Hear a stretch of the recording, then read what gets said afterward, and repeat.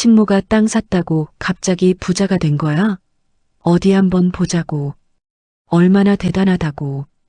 오정숙의 목소리는 낮고 차분했어요. 그런데 그 차분함이 오히려 더 서늘하게 들렸습니다. 바람 한 점 없는 겨울 들판에 그 목소리가 또렷하게 퍼졌어요. 어머니, 여기까지 왔는데 그러지 마세요. 보기 안 좋습니다. 최도연이 코트깃을 세우며 나직하게 말했습니다. 그러나 입꼬리는 올라가 있었어요. 말은 말렸지만 눈은 웃고 있었거든요. 오빠, 저 사람 진짜 여기서 농사 짓고 있는 거야? 완전 신기하다. 김나연이 하이힐 굽으로 흙길을 콩콩 두드리며 고개를 갸웃거렸어요. 손에는 명품 가방이 들려 있었습니다. 그 가방 하나 값이 수아가 석 달치 생활비로 쓰던 금액이었어요. 그 사실을 세 사람 중 누구도 기억하지 못했습니다. 한수아는 아무 말도 하지 않았어요. 박고랑 앞에 선 채로 세 사람을 바라보았습니다. 두 손에는 낡은 장갑이 걸려 있었어요. 흙이 묻어 있었습니다. 방금 전까지 일하고 있었거든요. 눈이 흔들리지 않았어요. 놀라지도 반기지도 피하지도 않았습니다. 그저 바라볼 뿐이었어요. 겨울 햇살이 수아의 어깨 위로 내려앉았습니다. 그 햇살이 이상하리만큼 따뜻했어요. 도대체 이 세 사람은 왜 이 시골 땅까지 찾아온 걸까요? 10년 동안 한 사람을 식모처럼 부려먹고 빈손으로 내쫓은 그들이 왜 지금 이 들판 위에 서 있는 걸까요? 그리고 수아는 왜 단 한마디도 하지 않는 걸까요? 이 이야기가 끝날 때 여러분은 이 침묵이 무엇인지 알게 될 겁니다. 사연 시작 전 무료인 구독과 좋아요 먼저 눌러주세요. 지금 어디서 듣고 계신지 댓글로 남겨주시면 그곳으로 행운이 깃들기를 바라겠습니다. 지금으로부터 꼭 10년 전 늦가을이었어요. 서울 외곽의 오래된 주택가, 새벽 5시의 골목은 아직 어두웠습니다. 낙엽 썩는 냄새가 찬 공기에 배어 있었어요. 한수아는 그날도 제일 먼저 일어났습니다. 발바닥이 닿는 마루가 얼음장처럼 차가웠어요. 슬리퍼를 찾아 신고 부엌으로 향했습니다. 결혼한 지 석 달째 되던 날이었어요. 부엌 형광등을 켜는 순간 눈이 시렸습니다. 수아는 눈을 한번 껌뻑이고 냄비를 꺼냈어요. 물을 채우는 동안 손끝이 저려왔습니다. 겨울 수돗물이 뼛속까지 파고드는 계절이었어요. 그래도 멈추지 않았습니다. 시어머니 오정숙은 결혼 첫날부터 수아에게 이렇게 말했어요. 우리 집은 원래 아침을 든든하게 먹어. 도연이 아버지 때부터 그랬거든. 그 말이 규칙이 되었습니다. 그 규칙을 지키는 것은 오직 수아의 몫이었어요. 밥이 되어가는 동안 된장찌개를 끓였어요. 멸치를 먼저 우려내고 감자를 썰었습니다. 손이 빠르지 않으면 7시 출근 버스를 놓쳤어요. 수아는 항상 그 시간을 겨우겨우 맞췄습니다. 거실에서 발소리가 났어요. 오정숙이 머리를 손으로 두드리며 나왔습니다. 어머, 벌써 다 됐어? 된장 냄새 나더라. 소파에 앉으며 텔레비전 리모컨을 집었어요. 수아는 아무 말 없이 상을 들고 식탁으로 향했습니다. 수아야, 나물 무침은? 수아의 등이 멈췄어요. 어머니, 오늘은 찌개랑 달걀 프라이로 차렸는데요. 나물이 빠지면 밥상이 허전하잖아. 냉장고에 시금치 있잖아. 오정숙은 이미 숟가락을 들고 있었습니다. 다 됐다는 말이었어요. 수아는 다시 부엌으로 들어갔습니다. 시금치를 꺼내 끓는 물에 데치기 시작했어요. 버스 시간이 20분 남아 있었습니다. 그 20분 동안 수아는 시금치를 무치고 설거지까지 마쳤어요. 손이 벌겋게 달아올라 있었습니다. 버스를 뛰어가 겨우 잡았어요. 그것이 수아의 아침이었습니다. 그것이 매일이었어요. 도연은 그날 아침도 나오지 않았어요. 전날 새벽 2시에 들어왔으니까요. 어디서 무엇을 하다 왔는지 수아는 묻지 않았습니다. 물어도 대답이 없는 사람이었거든요. 회사에 도착해 화장실 거울 앞에 섰어요. 볼이 푸석하고 입술이 트여 있었습니다. 손으로 뺨을 한번 두드리고 나왔어요. 오늘도 해야 했으니까요. 퇴근하고 돌아온 시댁 현관에는 신발이 가지런히 놓여 있었어요. 오정숙 신발, 도연 신발, 그리고 수아 신발이 들어갈 자리는 항상 가장 구석이었습니다. 수아는 구석에 신발을 벗어놓고 부엌으로 향했어요. 저녁을 해야 했거든요. 부엌 창문 너머로 밤이 깔려 있었습니다. 가로등 불빛이 창문에 비쳐들었어요. 수아는 잠깐 그 빛을 바라봤어요. 아무것도 보이지 않았습니다. 그냥 불빛이었어요. 설거지를 끝내고 나서야 등이 뻐근해졌습니다. 허리를 한번 펴는데 뚝 소리가 났어요.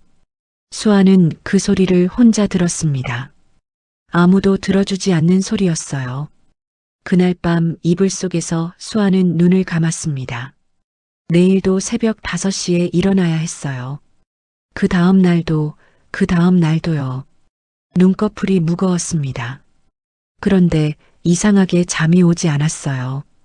부엌에서 가스레인지 위 냄비가 작게 소리를 내고 있었습니다. 내일 아침 찌개를 미리 올려둔 거였어요. 그 소리를 들으며 수아는 생각했습니다. 나는 언제까지 이렇게 사는 걸까요?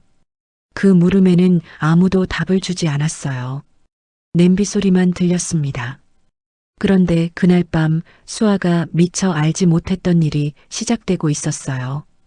도연의 핸드폰이 새벽 내내 진동을 울렸거든요. 결혼한 지 6달이 지났어요. 오정숙이 수아를 대하는 방식은 처음보다 훨씬 노골적으로 변해 있었습니다. 처음엔 그래도 말을 골라 했어요. 이제는 그럴 필요도 없다고 생각하는 것 같았거든요. 그날 저녁 수아는 3가지 반찬에 찌개까지 차렸어요. 퇴근하고 돌아와 1시간 만에 만든 밥상이었습니다. 손이 쉴 새 없이 움직인 1시간이었어요. 오정숙이 식탁 앞에 앉았습니다. 국자로 찌개를 한번 저었어요. 이게 뭐야? 너무 멀겋잖아. 간이 이게 뭐야? 수아는 고개를 들지 않았습니다.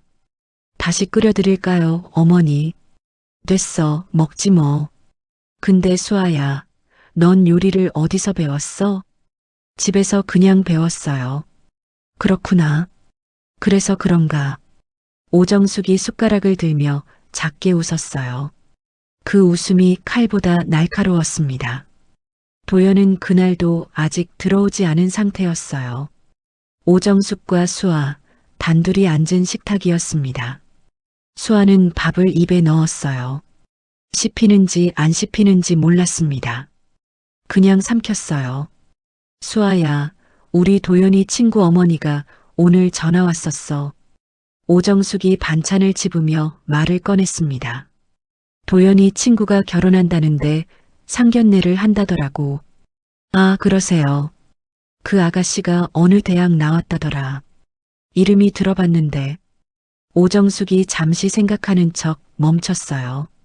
우리 수아는 학교가 어디였지? 수아의 숟가락이 찌개 그릇 위에서 잠깐 멈췄습니다. 지방사립이요, 어머니. 아, 맞다. 그랬지. 오정숙은 고개를 끄덕이며 반찬을 더 집었어요. 더 이상 말을 잇지 않았습니다. 그 침묵이 말보다 훨씬 더 많은 것을 담고 있었어요. 식사가 끝났습니다. 오정숙은 자리에서 일어나 거실 소파로 향했어요. 그릇들은 그 자리에 그대로 남아 있었습니다. 수아가 치워야 한다는 것을 둘 다 알고 있었어요. 말하지 않아도 되는 규칙이었거든요. 수아는 그릇을 하나씩 들고 부엌으로 옮겼어요. 물을 틀고 수세미를 집었습니다. 거실에서 텔레비전 소리가 흘러들어왔어요. 드라마 웃음소리였습니다. 설거지를 하는 동안 수아는 아무 생각도 하지 않으려 했어요. 생각하면 손이 느려졌거든요. 손이 느려지면 일이 쌓였습니다. 일이 쌓이면 더 늦게 잘 수밖에 없었어요. 그러니까 생각을 하면 안 됐습니다. 그런데 어머니라는 단어가 자꾸 맴돌았어요. 수아의 어머니는 수아가 22살 때 돌아가셨습니다. 그 뒤로 어머니라는 말을 입에 담는 게 익숙하지 않았는데 결혼하고 나서는 하루에 수십 번 그 말을 썼어요. 그런데 한 번도 따뜻하게 들린 적이 없었습니다. 설거지가 끝났을 때 등이 뻐근했어요. 수아는 앞치마 끈을 손으로 매만졌습니다. 습관처럼 잡았다가 놓는 동작이었어요.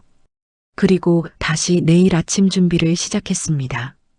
수아야, 도연이 들어오면 따뜻한 거 챙겨줘. 오정숙이 거실에서 소리를 질렀습니다. 네, 어머니. 수아는 대답하고 냄비를 다시 꺼냈어요. 다음 날 새벽 5시에 일어나야 했지만 그건 지금 상관 있는 일이 아니었습니다. 도연이 들어온 건 밤 11시가 넘어서였어요. 옷에서 익숙하지 않은 냄새가 났습니다. 꽃향기 같기도 하고 과일향 같기도 한 젊은 여자가 쓸 것 같은 냄새였어요. 수아는 고개를 돌렸습니다. 무엇인지 알면서도 모르는 척해야 했거든요. 밥 먹을게. 네. 그날 밤 이불 속에서 수아는 눈을 감았어요. 냄새가 아직도 코끝에 남아 있었습니다. 앞치마 끈을 잡듯 이불 끝을 손으로 천천히 쥐었어요. 얼마나 더 이렇게 살아야 하는 걸까요? 얼마나 더 참아야 하는 걸까요? 아무도 답을 주지 않았습니다. 빗소리만 창문을 두드렸어요. 그런데 바로 다음 날 아침 오정숙이 수아를 불렀습니다. 용돈이 부족하다는 말이었어요. 그 말이 무엇을 의미하는지 수아는 이미 알고 있었습니다. 결혼한 지 1년이 지났어요. 수아는 그 1년을 어떻게 보냈는지 기억이 잘 나지 않았습니다. 매일 새벽에 일어나서 밥을 하고 회사에 가고 퇴근하고 다시 밥을 했어요. 그것이 전부였습니다. 아침 버스는 항상 자리가 없었어요. 그날은 운 좋게 창가에 앉을 수 있었습니다. 차창에 성에가 끼어 있었어요. 손가락으로 닦아내니 바깥 풍경이 보였습니다. 겨울 들판이 버스 옆으로 스쳐 지나갔어요. 서울 외곽을 달리는 버스였습니다. 회색빛 하늘 아래 텅 빈 밭들이 줄을 서 있었어요. 수아는 그 밭들을 바라보았습니다. 아무 생각 없이 보기 시작했어요. 그런데 시선이 자꾸 한 곳에 머물렀습니다. 경사가 살짝 있는 밭이었어요. 아래쪽으로 물이 고여 있는 흔적이 보였습니다. 배수가 안 되는 땅이었어요.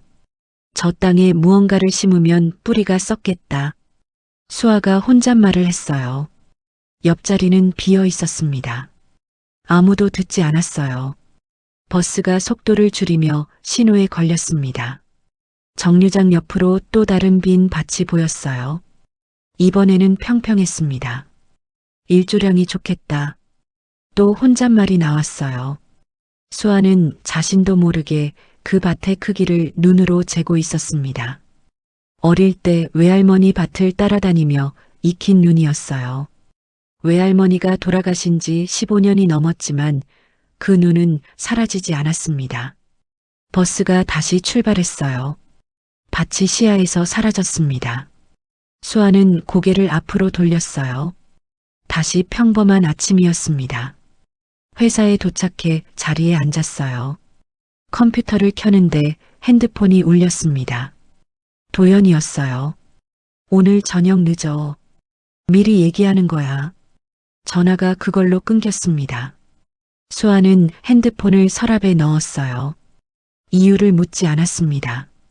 이유를 물을 필요가 없었거든요. 점심시간에 혼자 구내식당에 앉았습니다.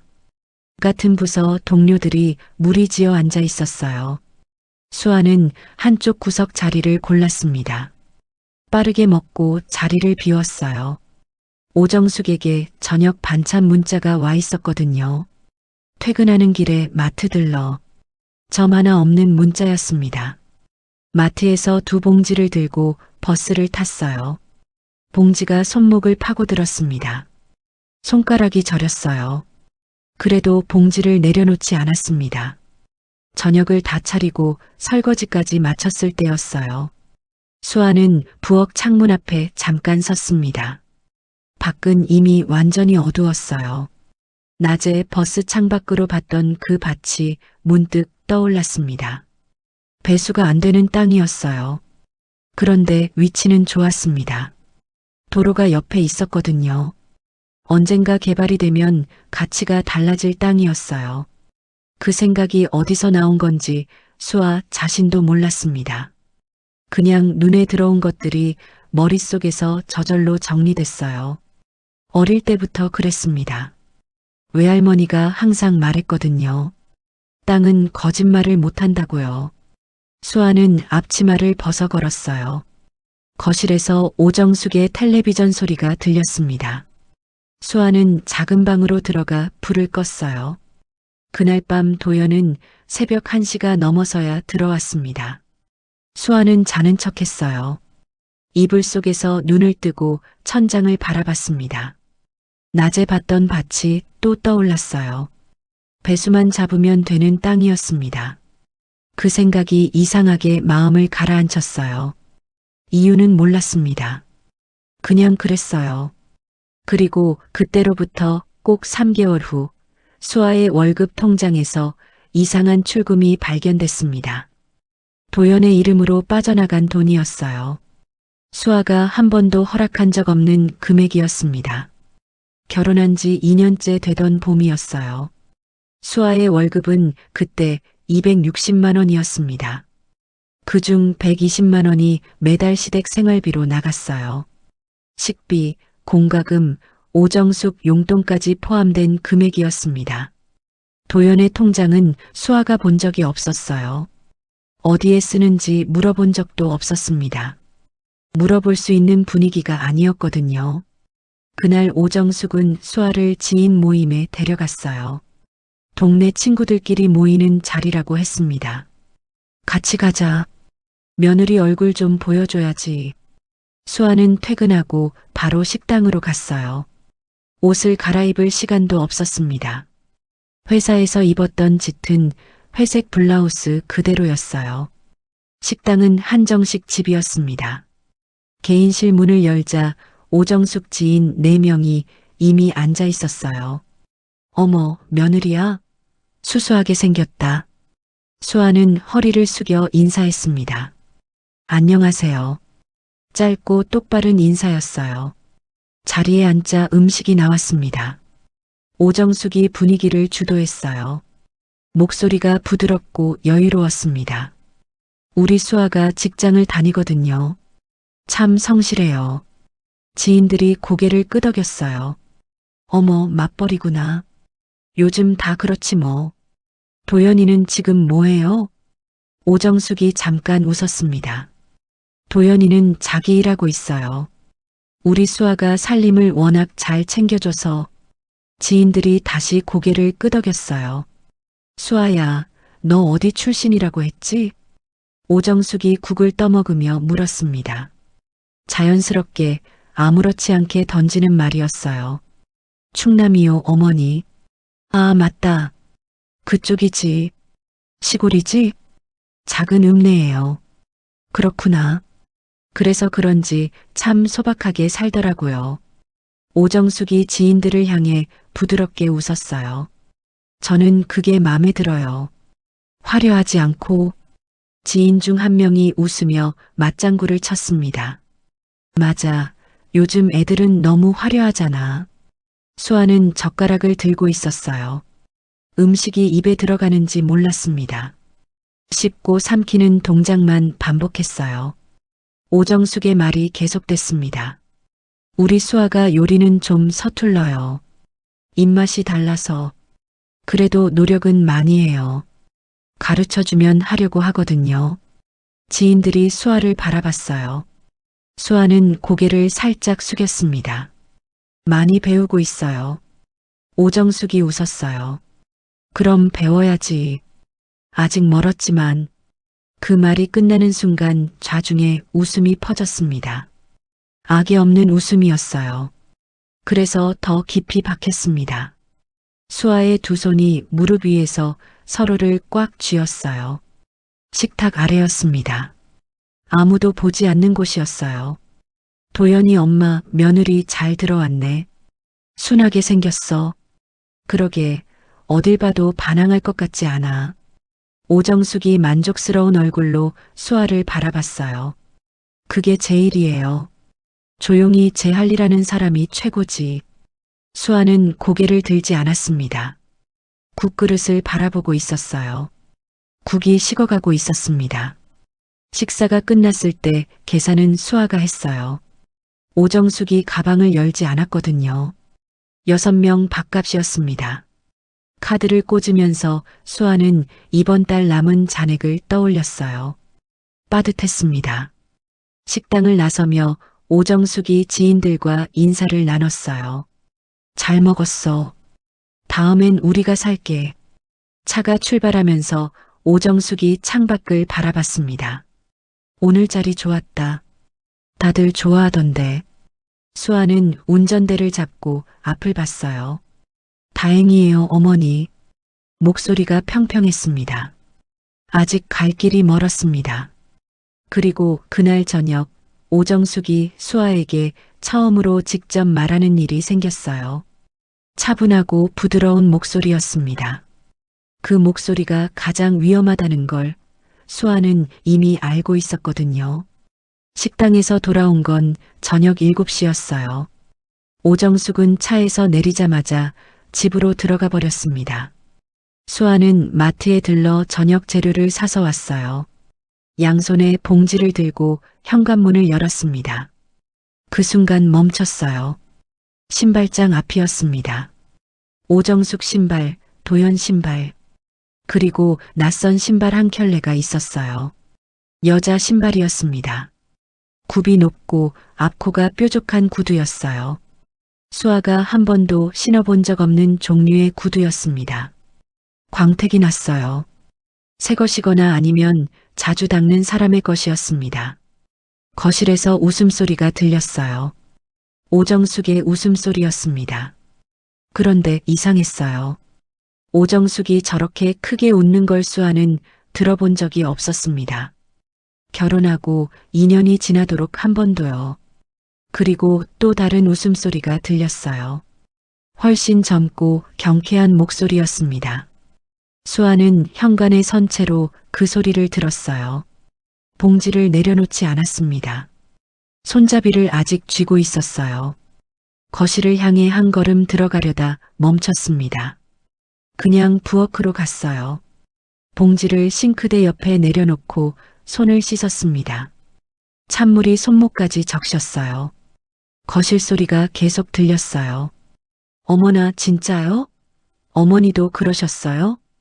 그럼, 나도 그때는 그랬지. 또 웃음이 터졌습니다. 수아는 냉장고를 열었어요. 재료를 꺼냈습니다. 칼을 잡았어요. 도마 위에 두부를 올렸습니다. 칼이 내려가는 소리가 부엌을 채웠어요. 그 소리 너머로 웃음소리가 계속 들렸습니다. 잠시 후 오정숙이 부엌으로 왔어요. 왔어?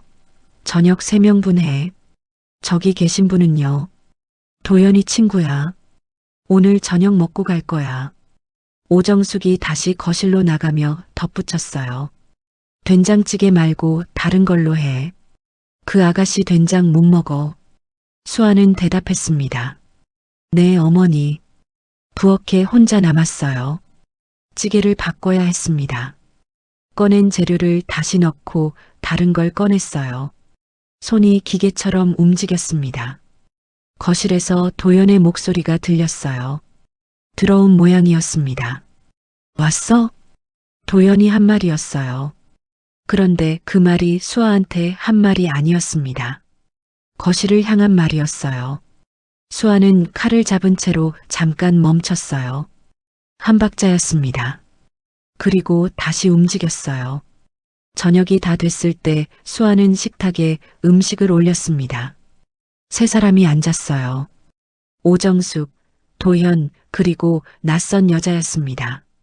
수아는 부엌 쪽에 서 있었어요. 수아야, 너도 앉아. 오정숙이 말했습니다.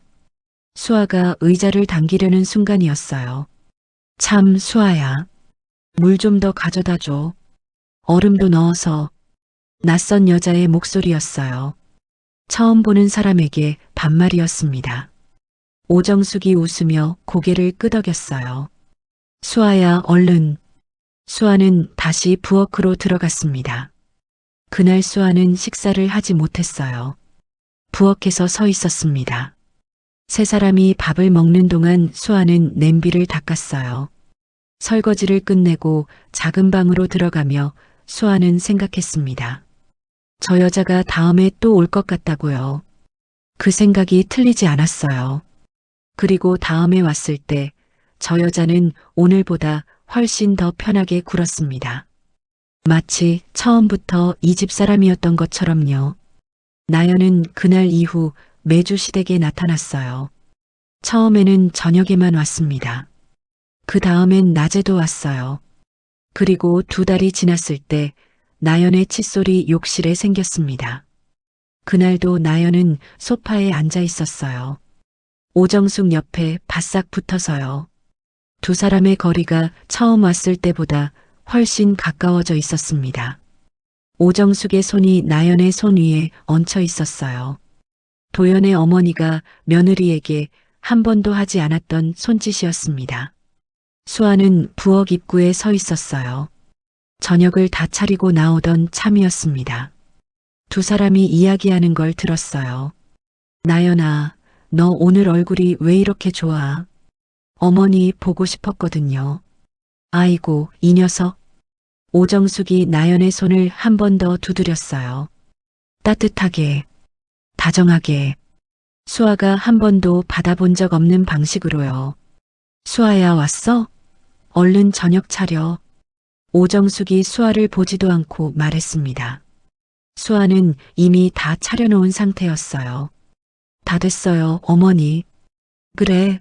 나연이 오늘 뭐 먹고 싶다고 했지? 갈비찜이요. 나연이 오정숙을 바라보며 웃었어요. 어머니한테 부탁드렸는데 해주실 수 있을까요? 오정숙이 수아를 향해 고개를 돌렸습니다. 수아야, 갈비찜 할 수 있어? 갈비는 오늘 없는데요, 어머니. 마트 갔다 와. 지금 저녁 다 차려놨는데요. 그건 나중에 먹으면 되잖아. 나연이가 갈비찜 먹고 싶다는데. 나연이 수아를 바라보며 방긋 웃었어요. 괜찮아요, 수아 씨. 힘들면 안 해도 돼요. 그 말이 더 얄미웠습니다. 힘들면 안 해도 된다는 말이 힘들어도 해야 한다는 말이었으니까요. 수아는 앞치마를 매만졌어요. 손가락이 끈 위에서 멈췄습니다. 그리고 지갑을 들고 현관을 나섰어요. 마트까지는 걸어서 15분이었습니다. 찬바람이 불었어요. 저녁 공기가 어깨를 파고들었습니다. 수아는 걷는 동안 아무 생각도 하지 않으려 했어요. 마트 정육 코너에서 갈비를 골랐습니다. 가격을 확인했어요. 이번 달 생활비가 또 빠듯해질 것 같았습니다. 그래도 카드를 꺼냈어요. 집에 돌아와 갈비를 손질하기 시작했습니다. 핏물을 빼고 양념을 했어요. 갈비찜은 최소 1시간 반이 걸렸습니다. 밤 10시가 넘어야 나올 음식이었어요. 거실에서 텔레비전 소리가 들렸습니다. 오정숙과 나연이 드라마를 보고 있었어요. 어머나, 저 남자 진짜 나쁘다. 그러게. 저런 남자가 있어? 두 사람의 목소리가 부엌까지 들렸습니다. 도연이 들어온 건 밤 9시였어요. 현관에서 나연을 보자마자 표정이 풀렸습니다. 왔어?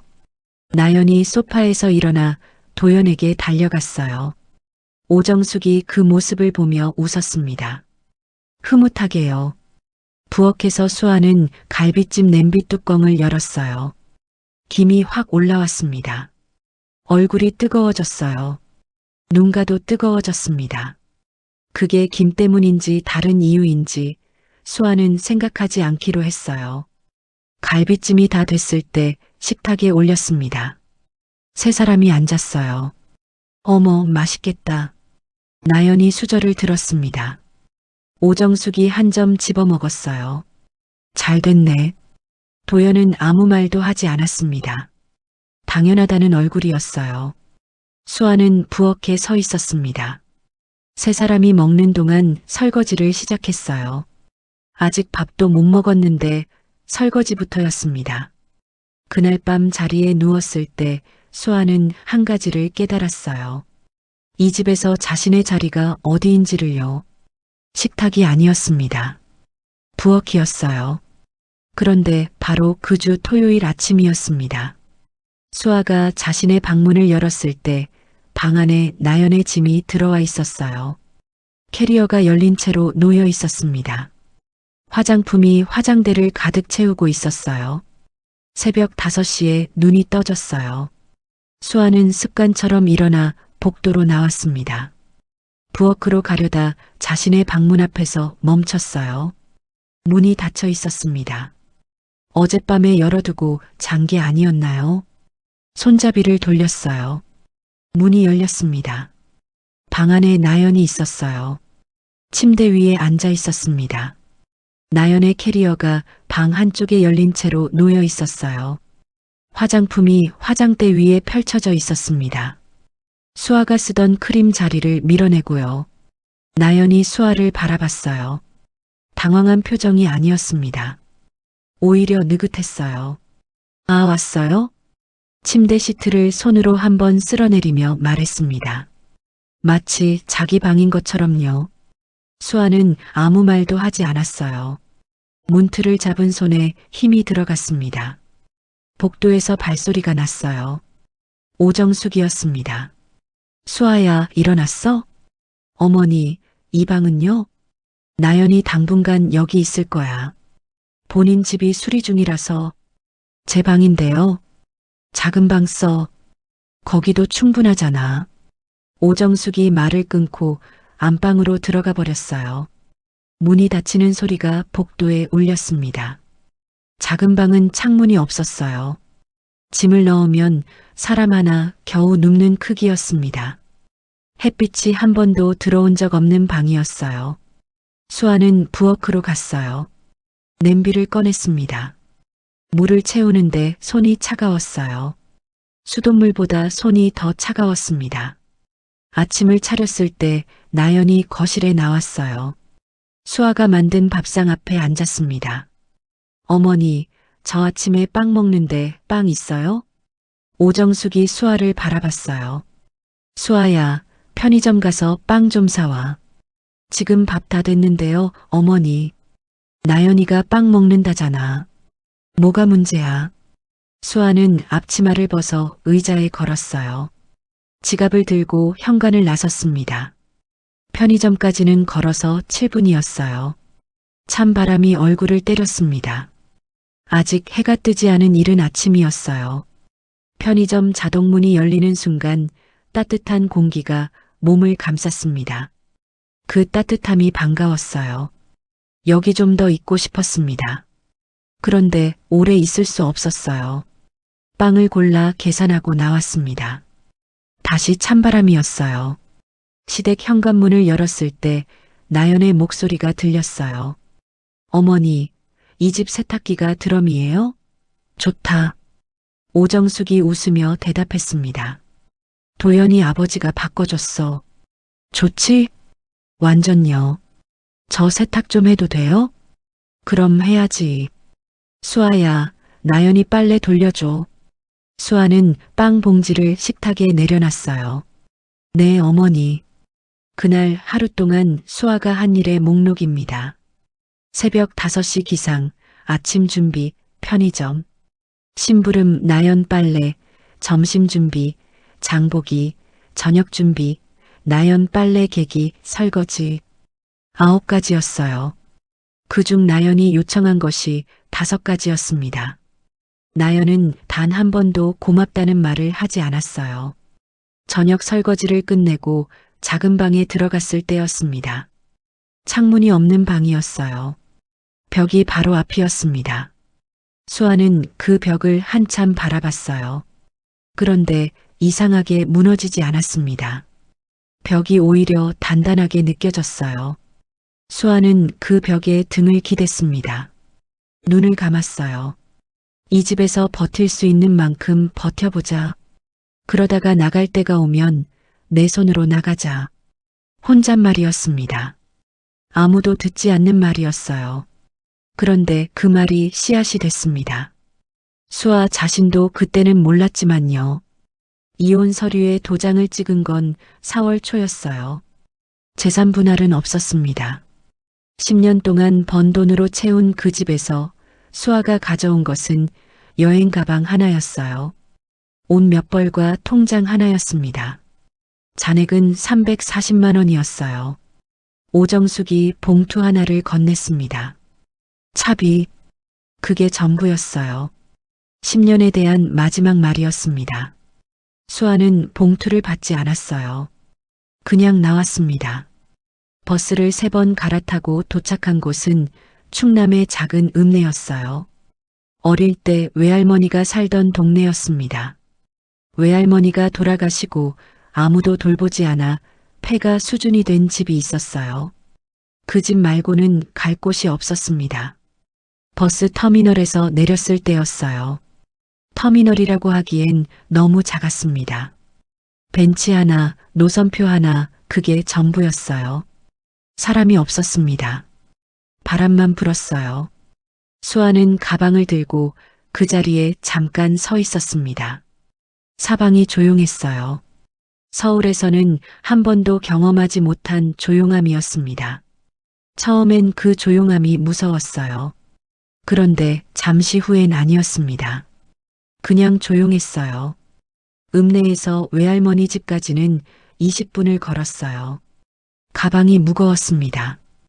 그래도 멈추지 않았어요. 집 앞에 도착했을 때였습니다. 마당에 잡초가 허리까지 자라 있었어요. 지붕 한쪽이 내려앉아 있었습니다. 창문은 깨진 곳이 있었어요. 수아는 대문을 밀었습니다. 삐걱 소리가 났어요. 마당에 들어서자 저녁 공기가 얼굴을 감쌌습니다. 흙냄새였어요. 풀냄새였습니다. 수아는 그 냄새를 한번 깊이 들이마셨어요. 어릴 때 맡았던 냄새였습니다. 외할머니 손에 항상 배어있던 냄새였어요. 땅 냄새였습니다. 수아는 마당 한가운데 서서 주변을 둘러봤어요. 무너진 처마, 우거진 잡초, 깨진 장독.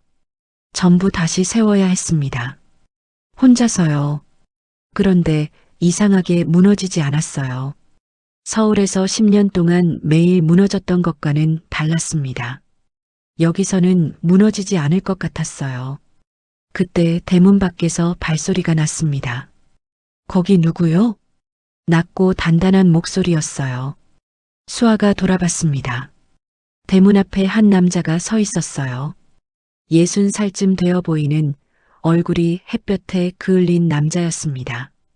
여기 최 씨 할머니 집 아니요? 당신 누구요? 할머니 손녀예요. 남자가 수아를 한참 바라봤어요. 그리고 천천히 고개를 끄덕였습니다. 그래요. 들어와요. 그 남자가 이장 박철수였어요. 수아는 그날 밤 깨진 창문을 테이프로 막고 잤습니다. 이불은 가방 안에 있던 얇은 담요였어요. 차가웠습니다. 그래도 눈을 감을 수 있었어요. 이상하게 잠이 왔습니다. 서울에서 10년 동안 제대로 자지 못했는데 그날 밤은 깊이 잠들었어요. 흙냄새가 코끝에 남아 있었습니다. 다음 날 아침 눈을 떴을 때 창문 틈으로 햇살이 들어왔어요. 작고 가느다란 빛이었습니다. 그런데 따뜻했어요. 수아는 그 빛을 한참 바라봤습니다. 오늘부터 시작이었어요. 무엇을 시작하는지는 아직 몰랐습니다. 그냥 시작이었어요. 그것으로 충분했습니다. 이혼하고 2달이 지났어요. 수아는 매일 밭에 나갔습니다. 처음 한 달은 잡초를 뽑는 것만으로도 하루가 끝났어요. 허리까지 자란 잡초들이었습니다. 손이 쓸려서 장갑을 껴도 손바닥이 아팠어요. 그래도 멈추지 않았습니다. 두 번째 달부터는 땅을 일구기 시작했어요. 호미로 흙을 뒤집었습니다. 삽으로 꼴을 팠어요. 오래된 흙이었습니다. 오랫동안 아무도 돌보지 않은 땅이었어요. 그런데 이상했습니다. 땅을 팔수록 흙의 색깔이 달라졌어요. 아래로 내려갈수록 짙은 색이었습니다. 수아는 장갑을 벗고 흙을 한 줌 집었어요. 손가락 사이로 흘러내렸습니다. 묵직했어요. 수분이 있었거든요. 이 흙이라면 뭔가 심을 수 있다. 혼잣말이 나왔습니다. 아무도 없는 밭이었어요. 바람만 지나갔습니다. 수아는 손바닥을 땅에 평평하게 댔어요. 눈을 감았습니다. 흙의 온도가 손바닥으로 전해졌어요. 생각보다 따뜻했습니다. 남양이라서 햇볕을 잘 받는 땅이었어요. 경사가 없어서 물도 잘 잡혔습니다. 배수로만 한쪽으로 내면 완벽했어요. 수아는 눈을 뜨고 밭 전체를 한번 둘러봤습니다. 외할머니가 여기서 무엇을 심었는지 기억났어요. 고구마, 참깨, 들깨였습니다. 하지만 수아가 심고 싶은 건 달랐어요. 이장 박철수가 밭 옆길을 지나다 멈췄습니다. 뭐 하는 거요? 땅 보고 있어요. 땅을 봐요? 어떻게 봐요? 수아가 대답했어요. 이 밭 북쪽 끝이 조금 낮거든요. 거기 배수로 내면 아래쪽 물이 잡힐 것 같아서요. 박철수가 잠깐 수아를 바라봤습니다. 뭔가를 보는 것 같은 눈이었어요. 농사 배운 적 있어요? 어릴 때 할머니한테 좀요. 박철수가 고개를 끄덕이고 다시 걸었습니다. 말없이요. 그런데 10걸음쯤 가다가 멈췄어요. 저 건너 밭 있죠? 빈 밭. 네. 거기도 같이 맡아볼 생각 있어요? 주인이 서울 사람인데 아무도 안 써. 수아가 대답했습니다. 얼마예요? 돈 얘기 나중에 해요. 일단 봐요. 박철수가 다시 걸었어요. 이번엔 멈추지 않았습니다. 수아는 다시 땅을 바라봤어요. 저 건너 밭이 보였습니다. 처음 왔을 때부터 신경 쓰이던 땅이었어요. 넓고 평평했습니다. 도로가 바로 옆이었어요. 저 땅에 손을 댈 수 있다면 혼잣말이었습니다. 바람이 지나갔어요. 그날 저녁 수아는 읍내 농협에 갔습니다. 농사 관련 서류를 하나씩 살펴봤어요. 직원이 물었습니다. 농사 처음이세요? 아니요. 짧게 대답하고 서류를 집었어요. 직원이 더 이상 묻지 않았습니다. 그리고 그날 밤 수아는 외할머니 집 마루에 앉아 공책을 펼쳤어요. 밭 크기를 재고 방향을 적고 토지를 기록했습니다. 연필 끝이 종이를 긁는 소리만 들렸어요. 그것이 수아의 새 시작이었습니다. 아직 아무도 몰랐어요. 이 손이 나중에 어떤 땅을 갖게 되는지를요. 이혼하고 1년이 지났어요.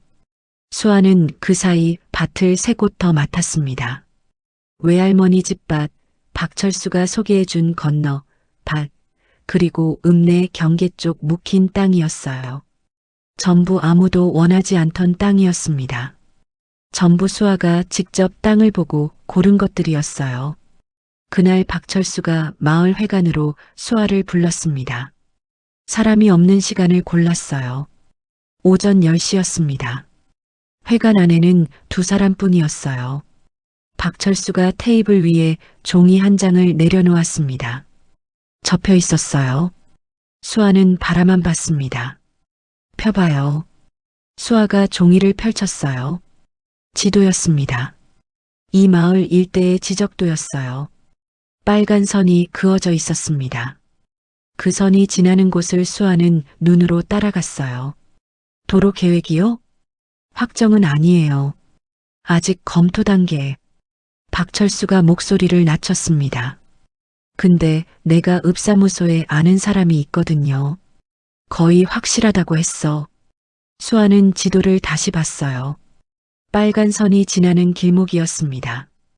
그 선 양쪽으로 땅값이 뛸 것이 뻔했어요. 그리고 수아가 맡아서 일구고 있는 밭들이 정확히 그 선 주변이었습니다. 수아의 눈이 잠깐 멈췄어요. 손가락이 지도 위 한 점에 닿았습니다. 여기도 포함이에요? 그 위쪽까지 다요. 수아는 아무 말도 하지 않았어요. 박철수가 수아를 바라봤습니다. 왜 말이 없어요? 생각하는 중이에요. 뭐요?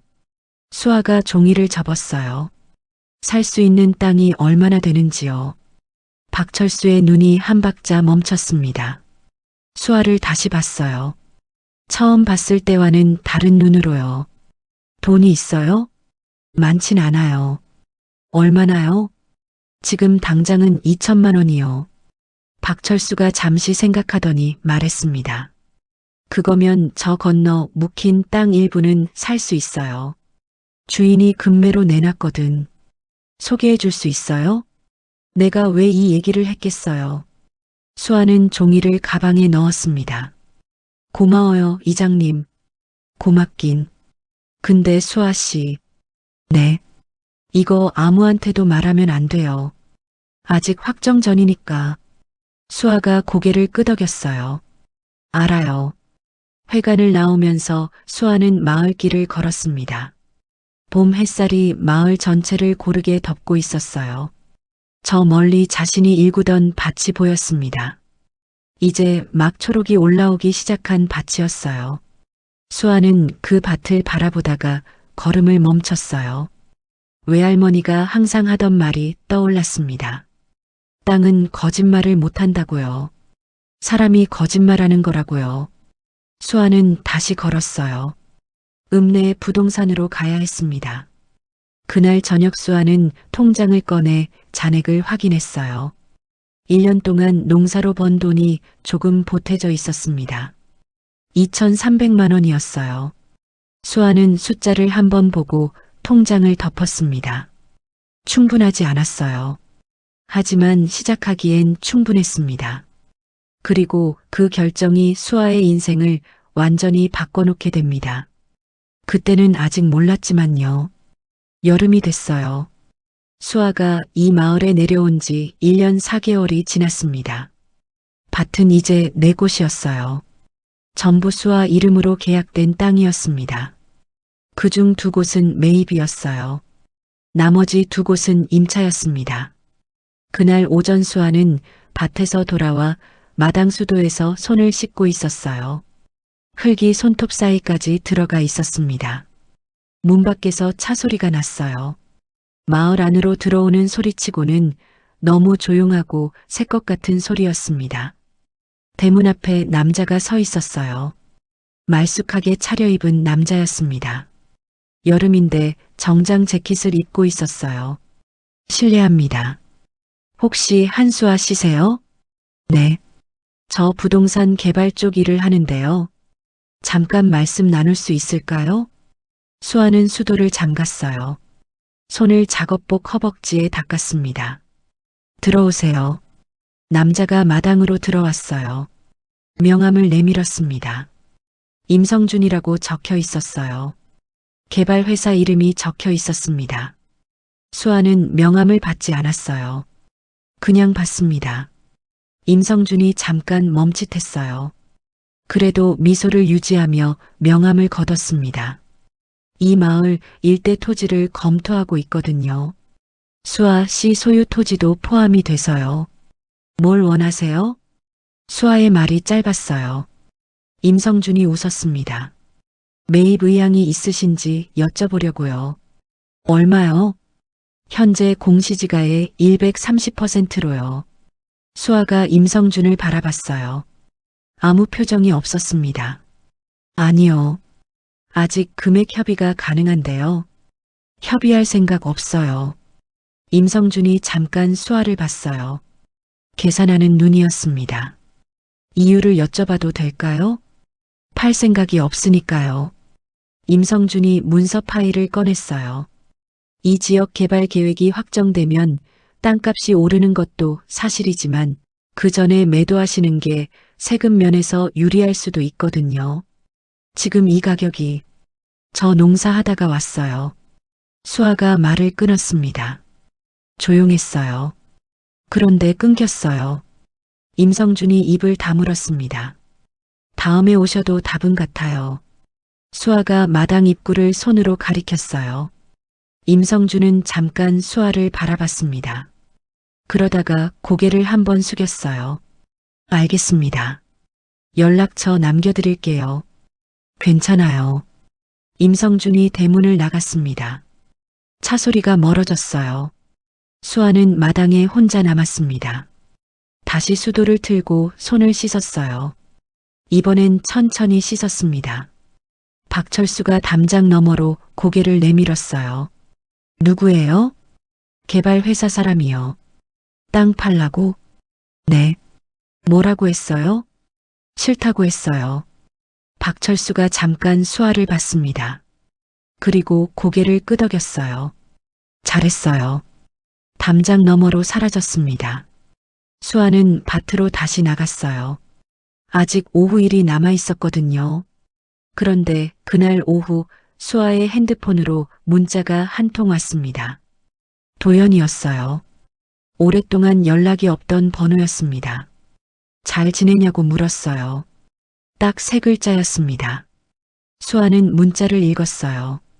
그리고 핸드폰을 주머니에 넣었습니다. 답장을 보내지 않았어요. 밭에 삽이 꽂혀 있었습니다. 수아는 그 삽을 뽑아 들었어요. 일을 시작했습니다. 도연이 문자를 보낸 이유를 수아는 이미 알고 있었거든요. 소문이 퍼진 거였습니다. 이 마을 땅이 오른다는 소문이요. 그 소문이 서울까지 갔던 거예요. 그리고 그 소문이 퍼진 곳에 오정숙도 있었습니다. 여름이 지나고 가을이 왔어요. 수아가 이 마을에 내려온 지 1년 6개월이 지났습니다. 그동안 도연의 문자는 3번 더 왔었어요. 수아는 한 번도 답장하지 않았습니다. 그날 오후 임성준이 다시 찾아왔어요. 이번에는 수아 집이 아니었습니다. 읍내 부동산 사무소였어요. 박철수가 먼저 연락을 해왔거든요. 그 사람이 할 말이 있다고요. 수아가 부동산 문을 열고 들어갔을 때였습니다. 임성준이 이미 앉아 있었어요. 여름에 봤을 때보다 표정이 달라져 있었습니다. 여유가 없었어요. 뭔가 급한 사람의 얼굴이었습니다. 오셨어요. 임성준이 일어서며 인사했어요. 수아는 맞은편에 앉았습니다. 말씀하세요. 바로 말씀드릴게요. 임성준이 서류를 펼쳤어요. 개발 계획이 확정됐습니다. 이 지역 관통도로 공사가 내년 착공이에요. 수아는 서류를 바라봤습니다. 아무 말도 하지 않았어요. 수아 씨 소유 토지 4필지가 전부 보상구역에 들어가요. 알아요. 임성준이 잠깐 멈췄어요. 알고 계셨어요? 어느 정도요? 임성준이 수아를 바라봤습니다. 여름에 왔을 때와 다른 눈이었어요. 그때는 계산하는 눈이었는데 지금은 달랐습니다. 뭔가를 파악하려는 눈이었어요. 저 사실대로 말씀드려도 될까요? 말씀하세요. 여름에 왔을 때 저수아 씨 땅 싸게 매입하려고 왔었어요. 알아요. 임성준이 다시 멈췄습니다. 알면서 왜 그냥 돌려보내셨어요? 팔 생각이 없었으니까요. 그게 다예요? 수아가 임성준을 봤어요. 그리고 당신이 제시한 가격이 터무니없었으니까요. 임성준이 짧게 웃었습니다. 자주 하는 웃음이었어요. 저 지금 회사에서 이 구역 매입 실패로 곤란한 상황이에요. 그건 제 문제가 아니에요. 맞아요. 근데 제가 수아 씨한테 도움이 될 수 있는 게 있어요. 수아가 팔짱을 끼지 않았어요.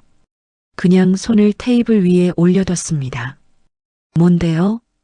개발 보상 협의 과정에서 토지 소유자들이 불리하게 계약하는 경우가 많아요. 제가 그 과정을 잘 알거든요. 도와드릴 수 있어요. 왜요? 그냥요. 그런 이유는 없어요. 임성준이 잠깐 수아를 봤습니다. 솔직히 말씀드리면 수아 씨한테 잘못한 게 있어서요. 그거 갚고 싶어서요. 수아가 임성준을 봤어요. 오래 봤습니다. 한 가지만 물을게요. 말씀하세요.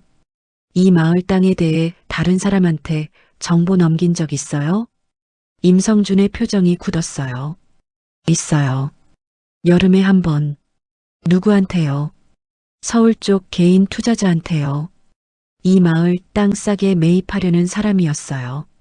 수아의 손이 테이블 위에서 한 박자 멈췄습니다. 그 사람 이름이요. 임성준이 잠깐 망설였어요. 그리고 말했습니다. 최도연이라고 했어요. 수아는 아무 말도 하지 않았어요. 창문 밖으로 가을 햇살이 들어왔습니다. 낙엽 하나가 창문을 스쳐 지나갔어요. 수아가 입을 열었습니다. 도와줄 수 있다고 했죠. 네. 언제부터요? 지금 당장이요. 수아는 테이블 위 서류를 손으로 당겼어요. 그럼 시작해요. 임성준이 고개를 끄덕였습니다. 그리고 그날부터 두 사람은 같은 편이 됐어요. 적이었다가 동맹이 된 거였습니다. 밖에서 바람이 불었어요. 가을이 깊어지고 있었습니다. 그리고 서울에서는 누군가가 이 마을 땅을 노리고 움직이기 시작했어요. 그날 밤 수아는 집으로 돌아와 방 바닥에 서류를 펼쳤어요. 임성준이 준 서류들이었습니다. 개발 보상 관련 법령, 토지 보상 기준표, 협의 절차 안내문이었어요. 두꺼웠습니다. 수아는 첫 장부터 읽기 시작했어요. 모르는 단어가 나오면 옆 공책에 적었습니다. 나중에 찾아볼 것들이었어요. 책상이 찻잔이 식어갔어요. 수아는 차가 식은 것도 몰랐습니다. 읽는 것에만 집중했어요. 1시간이 지났을 때 공책에 메모가 가득 찼어요. 수아는 펜을 내려놓고 서류 전체를 다시 한번 훑었습니다. 그리고 지도를 꺼냈어요. 자신이 소유한 네 필지의 위치를 하나씩 짚었습니다. 첫 번째 필지, 외할머니 집 밖. 두 번째 필지, 건너 묵힌 땅. 세 번째 필지, 읍내 경계 쪽 땅. 네 번째 필지, 마을 입구 쪽 밭. 빨간 선이 네 필지를 전부 관통하고 있었어요. 수아는 그 선을 손가락으로 천천히 따라갔습니다. 보상 기준을 계산했어요. 공시지가 기준으로만 해도 금액이 컸습니다. 실거래가 기준이면 그보다 훨씬 더 컸어요. 수아는 그 숫자를 공책에 적었습니다. 천천히요. 또박또박이요. 그 숫자 아래에 또 다른 숫자를 적었어요. 10년이었습니다. 그 옆에는 340만 원이라고 적었어요. 이혼하던 날 통장에 있던 전부였습니다. 그 두 숫자를 나란히 놓고 한참 봤어요. 처음엔 아무 감정이 없었습니다. 그냥 숫자였어요. 그런데 한 박자 후였습니다. 눈가가 뜨거워졌어요. 수아는 손등으로 눈가를 한번 눌렀습니다. 그리고 다시 서류를 봤어요. 울지 않았습니다. 핸드폰이 울렸어요. 도연이었습니다. 수아는 화면을 봤어요. 그리고 뒤집어 놓았습니다. 서류를 다시 폈어요. 읽던 곳을 찾았습니다. 계속 읽었어요. 자정이 넘었을 때 수아는 공책을 덮었습니다. 다 파악했어요. 무엇을 어떻게 해야 하는지가 머릿속에 정리됐습니다. 내일 임성준을 다시 만나야 했어요. 그리고 박철수도요. 그리고 그 다음 주엔 법무사를 만나야 했습니다. 수아는 서류를 가지런히 정리했어요. 지도를 접어서 맨 위에 올렸습니다. 램프를 껐어요. 방이 어두워졌습니다. 창문 밖으로 별이 보였어요. 시골 밤하늘이었습니다. 서울에서는 한 번도 보지 못했던 별이었어요. 수아는 잠깐 그 별을 바라봤습니다. 그리고 누웠어요. 10년 동안 시댁 부엌에서 서 있던 그 새벽들이 떠올랐어요. 찬 수돗물에 손을 담그던 아침들이요. 오정숙의 목소리가 귓가에 맴돌았습니다. 여기서 뭘 할 수 있겠어요? 수아는 눈을 감았어요. 충분히 했죠. 여기서요. 혼잣말이었습니다. 아무도 듣지 않았어요. 그런데 이번엔 달랐습니다. 수아 자신이 들었거든요. 그리고 그 말이 맞았습니다. 오정숙이 말을 마쳤습니다. 겨울 공기가 그 말을 품었어요. 수아는 여전히 움직이지 않았습니다. 세 사람이 한쪽에 서 있고 수아가 반대쪽에 서 있었어요. 그 사이에 겨울밭이 있었습니다. 도연이 먼저 입을 열었어요. 수아야, 우리 그냥 이야기 좀 하자고. 여기까지 왔잖아. 목소리가 예전과 같았습니다. 아무것도 달라지지 않은 척하는 목소리였어요. 이야기할 게 없어요. 수아가 말했습니다. 짧았어요. 나연이 끼어들었어요. 수아 씨, 저희가 멀리서 왔는데 이러면 좀 섭섭하죠. 같이 밥이라도 먹으면서 얘기해요. 밥이라는 말에 수아가 나연을 봤어요. 밥. 10년 동안 수아가 차려온 밥이었습니다. 그 밥상 앞에 한 번도 앉지 못했던 수아가요. 수아는 아무 말도 하지 않았어요. 오정숙이 다시 나섰습니다. 목소리가 차분했어요. 그 차분함이 가장 위험하다는 걸 수아는 알았습니다. 수아야, 우리 솔직하게 얘기하자. 여기 땅이 개발된다는 거 알고 있어. 도연이가 좀 도와줄 수 있거든. 법적으로 복잡한 부분이 있을 텐데. 도움 필요 없어요. 아직 들어봐야지. 도연이가 아는 사람이 있는데. 어머니. 수아가 오정숙의 말을 끊었어요. 처음으로요. 조용했습니다. 그런데 끊겼어요. 세 사람이 멈췄습니다. 수아가 끄는 게 처음이었거든요. 10년 동안 한 번도 없던 일이었어요. 이 밭 보이세요? 수아가 등 뒤 밭을 손으로 가리켰어요. 네. 저 건너 밭도 보이세요? 응. 마을 들어오실 때 지나온 길 양쪽 밭도요? 오정숙이 잠깐 멈췄습니다. 왜? 수아가 세 사람을 바라봤어요. 표정이 하나도 없었습니다. 다 제 땅이에요. 세 사람이 아무 말도 하지 않았어요. 겨울바람이 지나갔습니다. 들판이 고요했어요. 오정숙이 먼저 웃었습니다. 다 내 거라고? 이 시골 땅이? 네. 얼마나 된다고? 100억이요. 웃음이 멈췄어요. 도연의 표정이 굳었습니다. 나연이 수아를 바라봤어요. 처음으로 아무 말도 못했습니다. 수아는 장갑을 손에서 뽑아들었어요. 밭고랑 쪽으로 한 걸음 걸었습니다. 들어오실 거면 들어오세요. 할 말 있으면 들을게요. 수아가 먼저 걸었어요. 뒤를 돌아보지 않았습니다. 세 사람이 서로를 바라봤어요. 그리고 따라갔습니다. 그 발걸음이 세 사람의 마지막 실수였습니다. 마당으로 들어온 세 사람은 주변을 둘러봤어요. 오정숙이 먼저 입을 열었습니다. 여기서 사는 거야? 이 집에서? 목소리에 경멸이 배어 있었어요.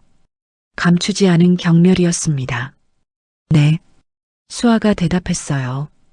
이게 무슨 살림이야. 우리 집 창고만도 못하네. 오정숙이 마당을 훑어봤습니다. 100억이라고 했지?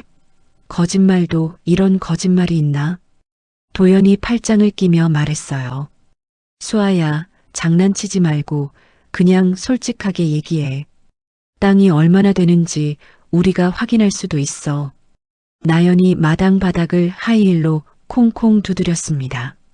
진짜 흙바닥이네. 오빠, 여기 진짜 시골이다. 그 말이 끝나기도 전이었어요. 마당 입구에서 발소리가 났습니다. 박철수였어요. 손에 서류한 뭉치를 들고 있었습니다. 오정숙이 박철수를 봤어요. 누구야? 이장이에요. 수아가 대답했습니다. 박철수가 세 사람 앞에 섰어요. 인사도 하지 않았습니다. 서류를 테이블 위에 내려놓았어요. 마당 한편 낡은 플라스틱 테이블이었습니다. 토지대장이에요. 박철수가 말했어요. 이 마을 토지 전체 소유 현황이요. 오정숙이 서류를 집어들었습니다. 펼쳤어요. 눈이 서류 위를 훑었습니다. 수아의 이름이 반복됐어요. 한 번, 두 번, 세 번, 네 번. 그리고 다섯 번째 필지, 여섯 번째 필지. 오정숙의 손이 멈췄습니다. 이게 다 내 거야? 네. 이게 말이 돼? 서류에 있잖아요. 도연이 서류를 낚아챘어요. 직접 봤습니다. 눈이 빠르게 움직였어요. 표정이 굳었습니다. 굳다 못해 딱딱해졌어요. 어떻게 이걸 샀어? 이래서요. 이 돈이 어디서 났냐고. 내 돈이에요. 도연의 목소리가 올라갔습니다. 야, 우리가 이혼할 때 내가 가져간 게 뭐가 있어? 어떻게? 도연 씨. 수아가 도연의 말을 끊었어요. 두 번째였습니다. 조용했어요. 마당이 조용했습니다. 겨울 바람만 지나갔어요. 이혼할 때 제가 가져간 거요. 수아가 말했어요. 340만 원이었어요. 그럼 이 땅이 그 돈으로 시작했어요. 2년 반 동안요. 도연이 서류를 다시 봤습니다. 나연이 도연 옆으로 바짝 붙었어요. 오정숙은 수아를 바라봤습니다. 처음으로 아무 말도 하지 않았어요. 그때 마당 안으로 또 다른 발소리가 들렸습니다. 임성준이었어요. 서류 가방을 들고 들어왔어요. 오정숙이 임성준을 봤습니다. 또 누구야? 수아가 대답했어요. 제 법률 대리인이에요. 오정숙의 눈이 잠깐 흔들렸어요. 그 흔들림을 수아는 놓치지 않았습니다. 도연이 다시 입을 열었어요. 수아야, 우리 따로 얘기 좀 하자. 여기서 하면 돼요. 법률 대리인까지 데려다 놓고 무슨. 도연 씨. 수아가 도연을 봤어요. 아직 다 얘기 안 했어요. 세 사람이 수아를 봤습니다. 그 눈빛이 아까와 달랐어요. 조금이었습니다. 아주 조금이었어요. 그런데 달랐습니다. 수아가 임성준을 봤어요. 임성준이 서류 가방을 열었습니다. 서류 한 장을 꺼냈어요. 테이블 위에 내려놓았습니다. 이게 뭐야? 오정숙이 물었어요. 임대 계약서요. 임성준이 대답했습니다. 어디 건물 임대 계약서예요? 최도연 씨 사업체가 들어가 있는 건물이요. 도연의 얼굴이 굳었어요. 그게 왜 여기 있어? 그 건물 소유자가 여기 있거든요. 임성준이 수아를 향해 고개를 살짝 기울였습니다. 도연이 서류를 잡았어요. 눈이 서류 위를 빠르게 훑었습니다. 건물 주소가 적혀 있었어요. 서울 마포구였습니다. 도연이 2년 전부터 사업체를 운영하고 있는 건물이었어요. 소유자 란에 이름이 적혀 있었습니다. 한수아. 도연의 손이 떨렸어요. 서류를 쥔 손이었습니다. 이게 무슨 소리야? 목소리가 갈라졌어요. 수아 씨가 그 건물 소유자예요. 임성준이 말했습니다. 작년에 매입했어요. 도연 씨 사업체가 임차인으로 들어가 있는 거 확인하고요. 알고 샀다고? 네. 도연이 수아를 봤어요. 야, 너 이거 알면서 일부러 산 거야?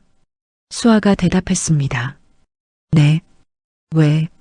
도연 씨가 그 건물에서 장사하고 있었으니까요. 그게 무슨 말이야? 임대료 안 올렸잖아요. 2년 동안. 도연이 입을 다물었어요. 나연이 도연의 팔을 잡았습니다. 오빠, 이게 무슨 상황이야?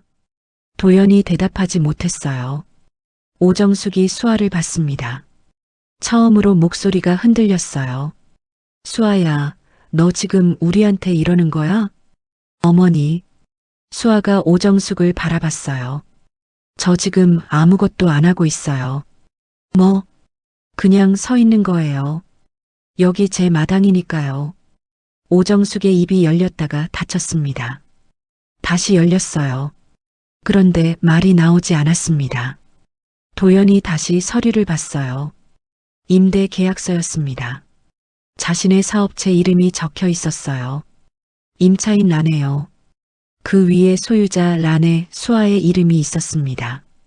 2년이었어요. 2년 동안 자신이 수아의 건물에서 장사를 하고 있었던 거였습니다. 수아가 알고 있으면서요. 한 번도 말하지 않으면서요. 임대료를 한 번도 올리지 않으면서요. 너 언제부터 알았어? 건물 매입할 때부터요. 그게 언제야? 1년 3개월 전이요. 도연의 다리에서 힘이 빠졌어요. 뒤로 한 걸음 물러섰습니다. 나연이 수아를 봤어요. 처음으로 아무 말도 못했습니다. 입술이 열렸다 닫혔어요. 수아는 세 사람을 천천히 바라봤습니다. 아무 감정이 없었어요. 분노도 아니었습니다. 기쁨도 아니었어요. 그냥 봤습니다.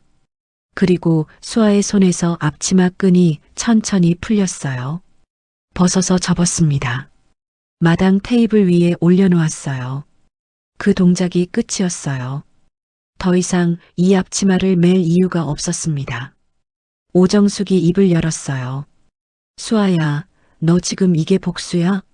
목소리가 떨렸습니다. 처음 듣는 목소리였어요. 10년 동안 한 번도 떨린 적 없던 목소리가요. 복수요? 수아가 오정숙을 봤어요.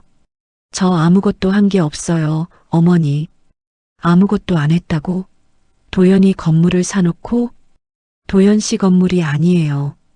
제 건물이에요. 말장난하지 마. 임대료 한 번도 올린 적 없어요. 계약 만료 전에 내보낸 적도 없어요. 저 아무것도 안 했어요. 오정숙이 수아를 봤습니다. 수아가 오정숙을 봤어요. 어머니가 저한테 하신 게 뭔지 기억하세요? 오정숙이 대답하지 않았어요. 10년이에요. 수아가 말했습니다. 10년 동안 새벽 5시에 일어났어요. 어머니 밥 했어요. 도연 씨 밥 했어요. 나연 씨 빨래도 했어요. 나연이 고개를 숙였습니다. 그러고 빈손으로 나왔어요. 340만 원 들고요. 도연이 입을 열었다가 닫았어요. 그 돈으로 여기까지 왔어요. 겨울바람이 마당을 가로질렀어요. 낙엽 하나가 테이블 위 앞치마 위에 내려앉았습니다. 저는 복수하러 온 게 아니에요. 수아가 말했어요. 어머니가 여기 오신 거잖아요. 그 말이 끝났습니다. 마당이 조용했어요. 오정숙의 손이 올라갔어요. 가슴 쪽이었습니다. 도연이 오정숙을 봤어요. 어머니? 오정숙의 얼굴이 하얗게 됐습니다. 붉은 기가 빠졌어요. 입이 열렸다가 닫혔어요. 몸이 한 박자 흔들렸습니다. 어머니. 도연이 손을 뻗었어요. 나연이 비명을 질렀습니다. 오정숙이 도연의 팔을 잡으며 주저앉았어요. 수아는 그 자리에 서 있었습니다. 움직이지 않았어요. 달려가지도 않았고 뒤로 물러서지도 않았습니다. 그냥 바라봤어요. 박철수가 이미 핸드폰을 꺼내 들고 있었어요. 구급차 부를게요. 수아가 고개를 끄덕였습니다. 네. 도연이 수아를 봤어요. 눈에 뭔가가 있었습니다. 분노인지 두려움인지 알 수 없는 것이었어요. 야, 뭐 하는 거야? 어머니가 쓰러지셨잖아. 구급차 불렀어요. 수아가 말했어요. 제가 할 수 있는 건 그거예요. 나연이 오정숙 옆에 쪼그리고 앉아 있었어요. 어머니, 정신 차려요. 어머니. 오정숙의 눈이 반쯤 감겼습니다. 수아는 테이블 위 앞치마를 봤어요. 접혀 있었습니다. 깔끔하게요. 다시 맬 일이 없는 앞치마였어요. 손이 저절로 펴졌습니다. 앞치마 끈을 잡지 않았어요. 손이 그냥 옆에 있었습니다. 처음이었어요. 이 손이 아무것도 잡지 않은 게요. 구급차 사이렌 소리가 멀리서 들려왔어요. 겨울 들판을 가로질러 오고 있었습니다. 수아는 그 소리를 들으며 마당 입구를 열었어요. 뒤를 돌아보지 않았습니다. 구급차가 왔어요. 대원들이 오정숙을 들것에 실었습니다. 도연이 옆에서 따라갔어요. 나연도 따라갔습니다. 수아는 마당 입구에 서 있었어요. 그 모든 것을 바라봤습니다. 오정숙이 들것에 실리면서 눈을 떴어요. 수아를 봤습니다. 아무 말도 하지 않았어요. 수아도 아무 말도 하지 않았습니다. 그냥 봤어요. 그게 마지막이었습니다. 10년을 같이 산 사람과의 마지막이었어요. 말 한마디 없는 마지막이었습니다. 구급차가 출발했어요. 사이렌 소리가 겨울 들판으로 퍼져나갔습니다. 멀어졌어요. 그리고 사라졌습니다. 도연이 마당 입구에 남아 있었어요. 나연은 구급차를 따라 뛰어갔고 도연만 남았습니다. 수아와 단둘이었어요. 도연이 수아를 봤습니다. 오래 봤어요. 처음으로 먼저 시선을 내렸어요. 도연이요. 10년 동안 한 번도 먼저 시선을 내린 적 없던 사람이었습니다. 수아야. 도연이 입을 열었어요. 수아가 바라봤습니다. 나 그 건물 임대 계약 어떻게 되는 거야? 수아가 잠깐 도연을 봤어요. 그리고 말했습니다. 계약대로요. 계약이 언제 만료야? 3달 남았어요. 도연이 입술을 깨물었습니다. 그 다음엔? 그건 제가 결정해요. 도연이 게이트 기둥을 잡았어요. 손이 하얘졌습니다. 수아야, 나 진짜 어떻게 된 거야, 지금. 도연 씨가 선택한 거잖아요. 그게 무슨 말이야? 이혼할 때요. 수아가 말했어요. 어머니 봉투 기억나요? 차비라고 주셨던 거. 도연이 대답하지 않았어요. 저 그거 안 받았거든요. 기억해요? 그게 제 선택이었어요. 빈손으로 나온 거요. 수아가 도연을 봤습니다. 도연 씨도 선택한 거잖아요. 그때 도연이 아무 말도 못했어요. 할 말이 없었습니다. 지금 이 상황에서 할 수 있는 말이 없었어요. 나연이 저 멀리서 소리를 질렀습니다. 오빠, 빨리 와. 어머니 병원 가야 해. 도연이 수아를 봤어요. 그리고 뒤를 돌았습니다. 걷기 시작했어요. 수아는 그 뒷모습을 바라봤어요. 멀어지는 뒷모습이었습니다. 처음엔 빨랐어요. 그 다음엔 느려졌습니다. 그리고 멈출 것 같았어요. 그런데 멈추지 않았습니다. 그냥 사라졌어요. 수아는 마당 안으로 들어왔어요. 박철수가 테이블 옆에 서 있었습니다. 임성준도 있었어요. 두 사람 다 아무 말도 하지 않았습니다. 수아가 테이블 위 앞치마를 집어들었어요. 접힌 채 그대로였습니다. 수아는 그것을 손에 들고 잠깐 봤어요. 그리고 걸었습니다. 밭 쪽으로요. 혼자였어요. 밭은 조용했어요. 아까까지 마당에서 있었던 일들이 꿈 같았습니다. 그런데 꿈이 아니었어요. 수아는 밭고랑 사이를 걸었습니다. 자신이 1년 넘게 직접 일군 밭이었어요. 처음 왔을 때는 잡초가 허리까지 자라있던 땅이었습니다. 지금은 달랐어요. 골이 반듯하게 나 있었습니다. 겨울이라 아무것도 심겨 있지 않았지만 봄이 오면 달라질 땅이었어요. 수아는 걸으면서 외할머니를 생각했어요. 이 흙이 제일 솔직하다고 했던 외할머니요. 거짓말을 못한다고 했던 분이었어요. 맞았습니다. 땅은 거짓말을 하지 않았어요. 수아가 준 만큼 돌려줬습니다. 뺏어가지 않았어요. 쫓아내지 않았습니다. 무시하지 않았어요. 그냥 받아줬어요. 수아가 심은 것들을요. 수아가 쏟아낸 땀을요. 수아가 버텨낸 시간을요. 손이 앞치마를 쥐고 있었어요. 수아는 걷다가 멈췄습니다. 앞치마를 봤어요. 결혼하고 나서 항상 두르던 거였어요. 시댁 부엌에서요. 새벽 5시마다요. 이 앞치마를 두르면 하루가 시작됐었습니다. 그리고 이혼하던 날 혼자 챙겨 나온 거였어요. 옷 몇 벌 챙기면서 이것만은 가져왔습니다. 왜 가져왔는지 그때는 몰랐어요. 지금은 알 것 같았습니다. 수아는 앞치마를 박고랑 옆에 내려놓았어요. 접힌 채로요. 흙 위에 놓았습니다. 잠깐 바라봤어요. 낡은 앞치마였습니다. 색이 바랬어요.